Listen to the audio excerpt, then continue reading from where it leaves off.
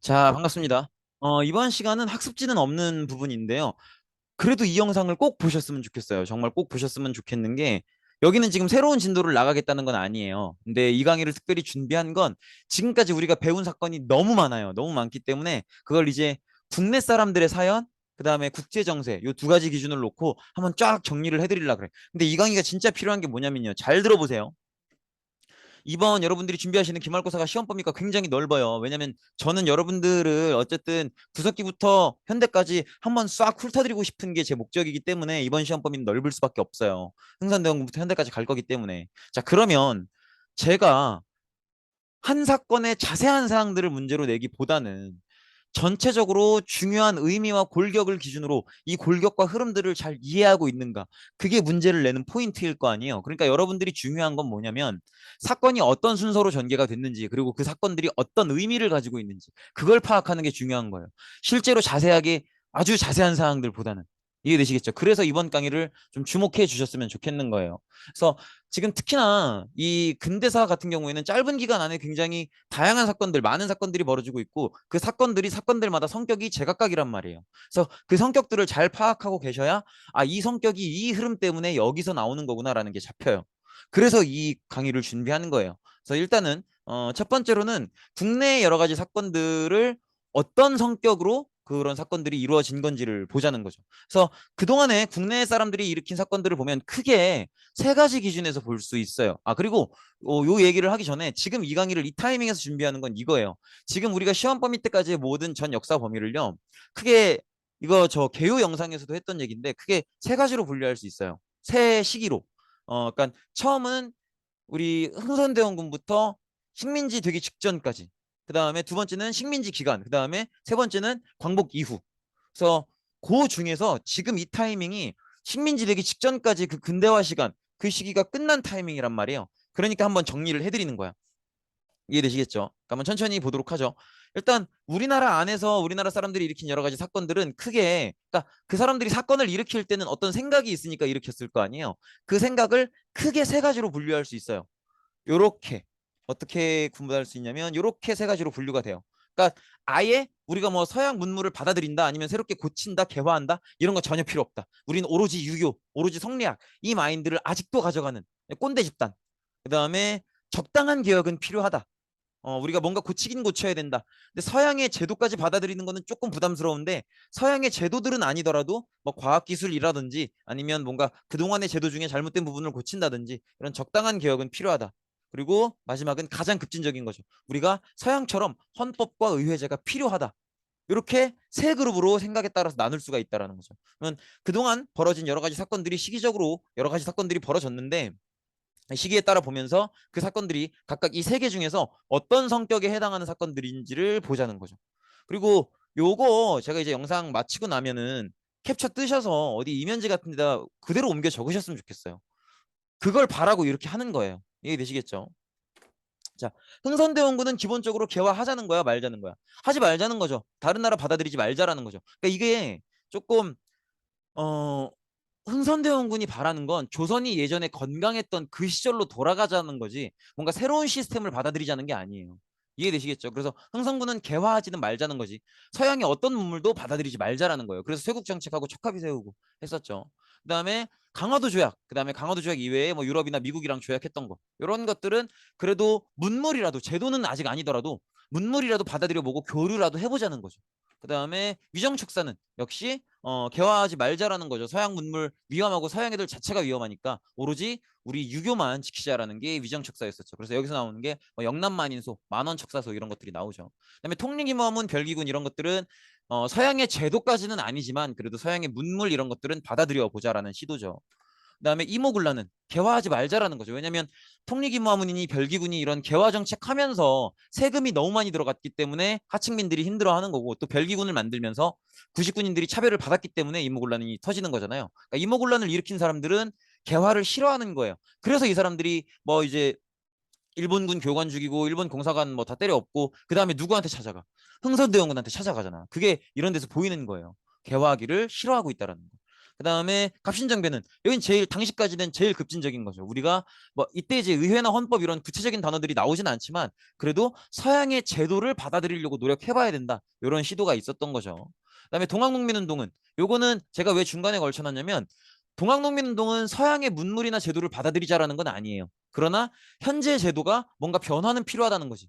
이해되시겠죠? 서양의 뭘 받아들이자라는 건 아니지만 신분제 아니면 과부의 재가 허용 이런 기존의 잘못된 사회 시스템들은 고칠 필요가 있다. 세금 제도도 마찬가지고 그다음에 뭐 신분 제도도 마찬가지고 그런 요구를 하는 게 동학농민운동이었죠. 그다음에 가부 을미 개혁은 적당한 수준에서의 개혁을 얘기하는 거죠. 근데 아직도 여기서도 뭐 의회제나 헌법 이런 것들을 얘기하고 있지는 않아요. 그래서 가부나 을미 개혁은 일단 일본 주도고 적당한 개혁을 얘기하고 있다. 그다음에 아관파천은 가부 개혁, 을미 개혁에서 했던 것들을 다 중단했죠. 왜냐하면 가부 을미 개혁이 다 일본 주도로 했던 거고 고종이 러시아 공사관으로 도망간 게 아관파천이니까 일본 주도로 했던 가부개혁, 을미개혁을 다 중단한 거란 말이에요. 그러니까 개화를 하지 말자라는 거죠. 그다음에 독립협회는 갑신정변 시즌2라 그랬죠. 그래서 의회제에 도전해보고 실제로 관민공동회를 열어서 중추원이라는 의회를 만들어내죠. 나중에 시간이 얼마 안 가서 고종에 의해서 황국협회를 동원해서 해산시키긴 하지만 어쨌든 의회제에 도전해봤고 실제로 의회를 만들어보기도 했었다. 그 정도를 보시면 되겠죠. 그리고 독립협회 하면 또 그것도 기억하셔야죠. 갑신정변 때랑 다르게 직접 이제 만민공동회를 열어서 다양한 계층의 사람들을 만나보면서 대화해보고 자기들이 하려고 하는 걸 설명시켜보고 지지를 얻어내려고 해보고 또 사람들의 이야기를 들어보고 이런 시도를 했었다는 것도 기억해 두셔야겠죠. 그다음에 광무개혁은 왜 적당한 개혁이 나왔냐면 물론 광무개혁 때 뭐 대한국 국제라는 헌법 성격의 문서도 나오고 하지만 사실 대한국 국제라는 헌법도 그냥 껍데기일 뿐이죠. 지금 광무개혁은 의회제로 나아가고 싶은 게 아니에요. 고종의 권력을 강화하고 싶은 거지. 이해되시겠죠? 그래서 개혁 자체가 고종 주도로 이루어지죠. 그래서 의회제를 만들겠다는 의도는 아니기 때문에 그냥 적당한 개혁, 서양의 문물 정도만 받아들이자. 그래서 요거 구분하셔야 돼요. 문물을 받아들이자는 것과 제도를 받아들이자는 건 다른 거죠.